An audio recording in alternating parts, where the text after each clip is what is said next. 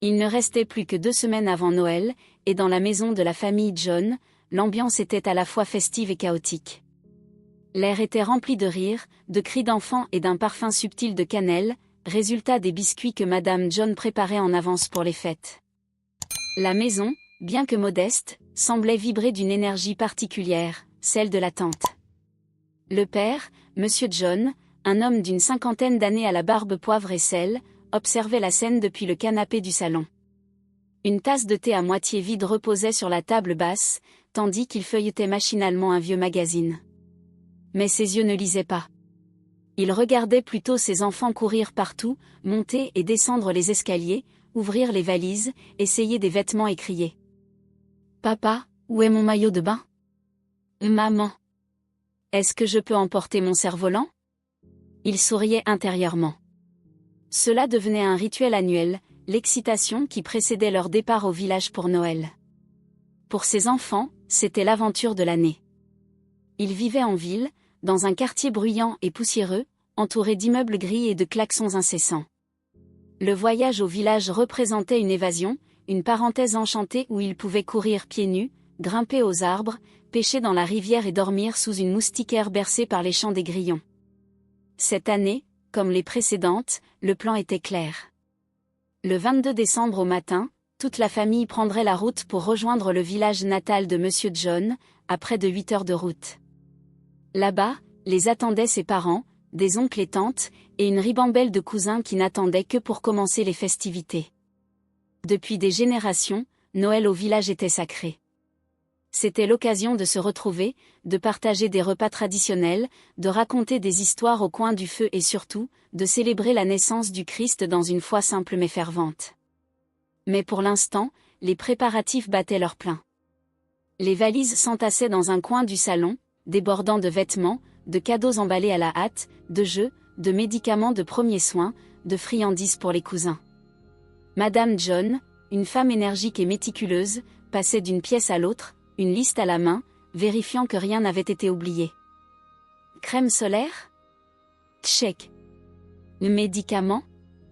Check. Document de la voiture ? Check.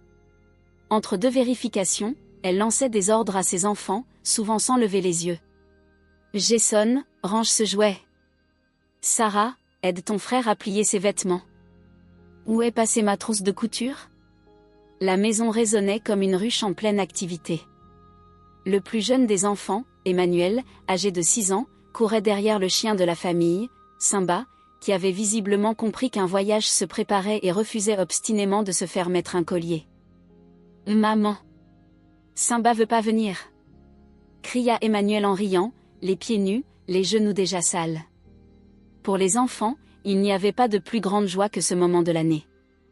Noël au village signifiait liberté, aventure et souvenirs impérissables.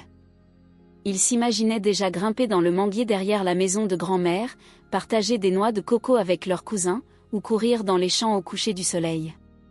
Mais au fond, ce qu'ils aimaient par-dessus tout, c'était cette sensation d'appartenir à quelque chose de plus grand, une famille, un héritage, une histoire qui se racontait d'année en année autour de la table du réveillon. La soirée tomba doucement sur la ville. Les enfants, enfin fatigués, se regroupèrent dans le salon. Monsieur John éteignit la télévision et se leva. Il tapa dans ses mains. « Allez, tout le monde.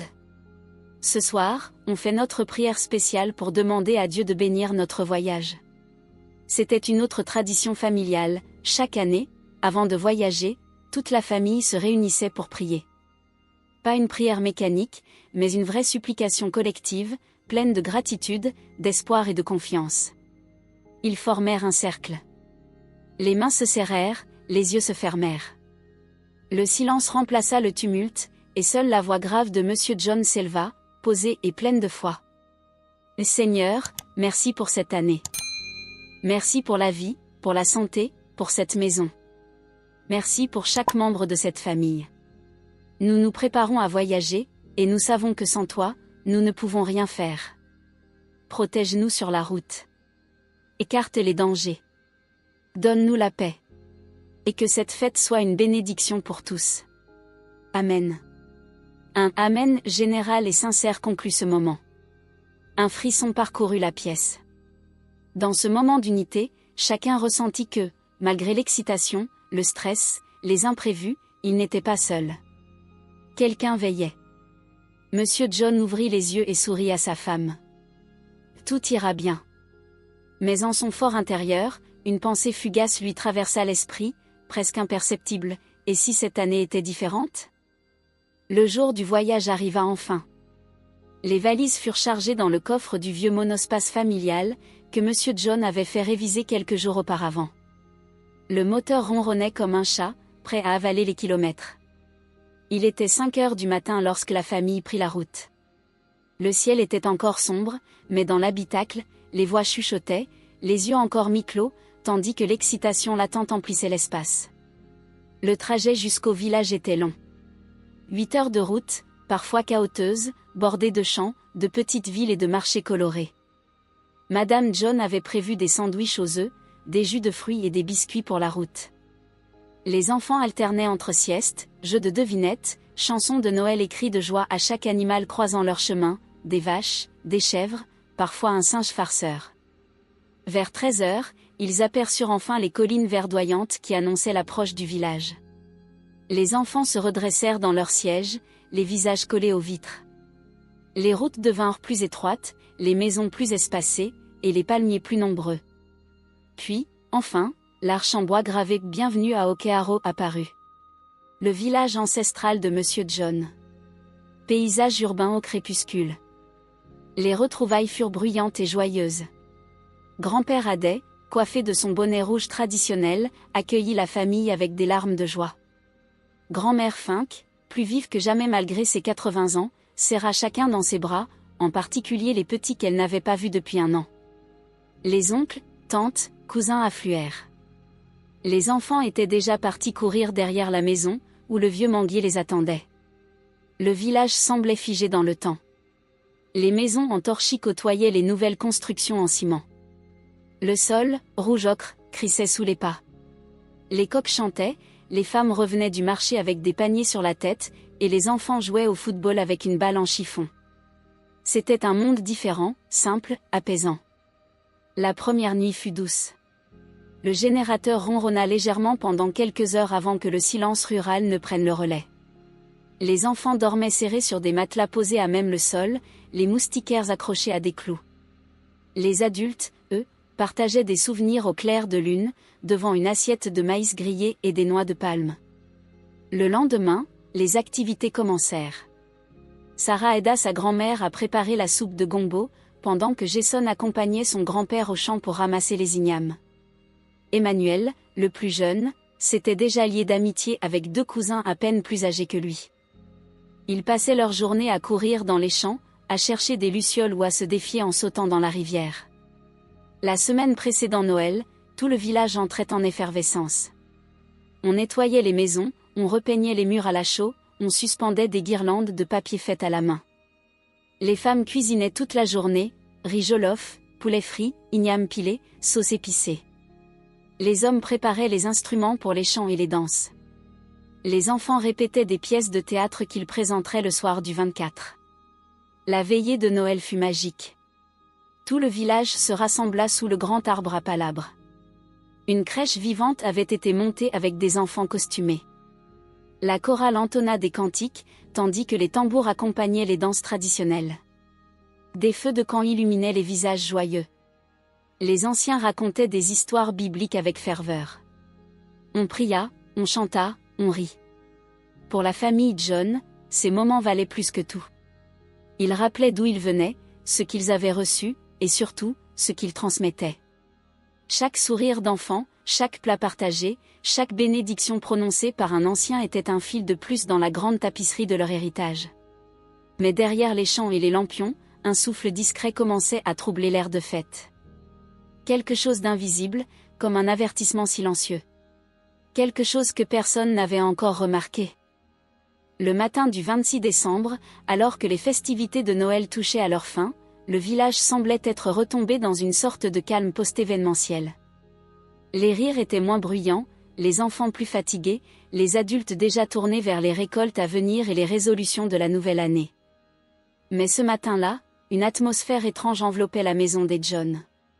Monsieur John se réveilla plus tôt que d'habitude. Il avait mal dormi, perturbé par un cauchemar dont il ne se souvenait que par fragments, une route sombre, un pneu qui éclate, des cris. Il se leva, s'habilla et sortit marcher dans la brume matinale. Le village était silencieux, sauf pour les coqs et quelques oiseaux perchés sur les fils électriques. Il croisa le regard inquiet du vieux Baba Cole, l'un des anciens du village, qui hocha lentement la tête sans rien dire. Au petit déjeuner, Madame John remarqua que son mari était pensif. Il répondit peu, mangea distraitement, le regard perdu dans le vide. Les enfants, eux, s'apprêtaient à aller faire une dernière baignade à la rivière avec leurs cousins. Mais Monsieur John les arrêta d'une voix plus sévère qu'à l'accoutumée. « Pas aujourd'hui. Restez autour de la maison. Quelque chose ne va pas. » Les enfants protestèrent un peu, puis obéirent, surpris par le ton de leur père. Ce n'était pas dans ses habitudes. Dans la journée, les signes se multiplièrent. Une voiture locale se retrouva en panne au même carrefour que la famille empruntait habituellement pour sortir du village. Le conducteur, un homme expérimenté, parlait d'un obstacle tombé de nulle part. Un autre voisin rapporta avoir vu une silhouette inconnue rôder près de la forêt pendant la nuit. Grand-mère Fink prit Monsieur John à part dans l'après-midi. « Mon fils, je ne sais pas pourquoi, mais j'ai le cœur lourd. Tu devrais peut-être repousser votre départ. Juste quelques jours. » Cette suggestion fit écho à ce que Monsieur John ressentait déjà. Il consulta sa femme, puis ils prirent ensemble la décision de rester quelques jours de plus. Cette annonce provoqua la joie des enfants qui se virent offrir quelques journées supplémentaires d'aventure. Ce que personne ne savait, c'est que cette décision leur sauva peut-être la vie. 2 jours plus tard, ils apprirent qu'une collision multiple s'était produite sur la route qu'ils auraient normalement prise le 27 décembre au matin. Plusieurs véhicules impliqués. Des victimes. Le village en fut bouleversé. Monsieur John resta silencieux de longues minutes après avoir entendu la nouvelle. Puis il ferma les yeux et murmura. « Merci Seigneur. » Ce fut ce jour-là qu'il réalisa pleinement la portée de leur prière faite avant le voyage. Quelque chose ou quelqu'un avait écarté le mal de leur chemin. Il n'y avait pas d'autre explication. Le danger était réel. Invisible, silencieux, mais évité de justesse. Et ce souvenir ne les quitterait jamais. La nouvelle de l'accident avait jeté une ombre sur la fin du séjour. Bien que les enfants continuaient de jouer, insouciants, les adultes du village parlaient bas, avec cette gravité qu'on réserve au mystère du destin. La famille John, elle, ressentait une gratitude silencieuse, mêlée à un frisson rétrospectif. Ce qui aurait pu être. Les derniers jours passèrent plus calmement. Monsieur John passait du temps à discuter avec les anciens, prenant soin de comprendre leurs intuitions, leurs avertissements. Madame John, quant à elle, aidait aux dernières préparations des festivités de fin d'année, mais avec une prudence nouvelle. Ils avaient appris à écouter les signes. Lorsque le moment du départ arriva enfin, le village tout entier vint dire au revoir. Les enfants étaient tristes, mais la promesse de revenir l'année suivante allégea un peu la peine. Grand-père a dépris Monsieur John à part avant qu'il ne monte dans la voiture. Et n'oublie jamais de prier avant chaque décision. Ce que vous avez vécu n'était pas un hasard. Le trajet du retour fut bien différent de celui de l'aller. Les discussions étaient plus réfléchies, les silences plus riches de sens. Ils prenaient leur temps, savourant chaque paysage, chaque arrêt dans les petites villes. Arrivés chez eux, la maison semblait étrangement plus petite, plus silencieuse. Les enfants déballèrent leurs souvenirs, des bracelets faits main, des dessins, des coquillages de la rivière. Madame John remit de l'ordre dans les valises, pendant que Monsieur John sortit s'asseoir sur le balcon, un carnet à la main. Il écrivit. Non pas ce qu'ils avaient fait, mais ce qu'ils avaient ressenti. La peur qu'il avait eue, qu'il n'avait pas exprimée. La gratitude profonde. La leçon. Le dimanche suivant, à l'église, il demanda à prendre la parole. Le pasteur accepta, intrigué. Monsieur John se leva, la voix assurée, les yeux humides. Mes frères et sœurs, je suis ici pour témoigner. Il y a 2 semaines, avant notre voyage, j'ai prié. Pour la protection, la direction, la sagesse. Dieu a répondu, mais pas de la manière que j'attendais. Il a mis des obstacles sur notre chemin, il a semé l'inconfort, l'incertitude. Et grâce à cela, nous avons évité le pire. À ceux qui doutent de l'utilité de la prière, je dis ceci, ce n'est pas un rituel. C'est une connexion vitale. C'est une alarme invisible.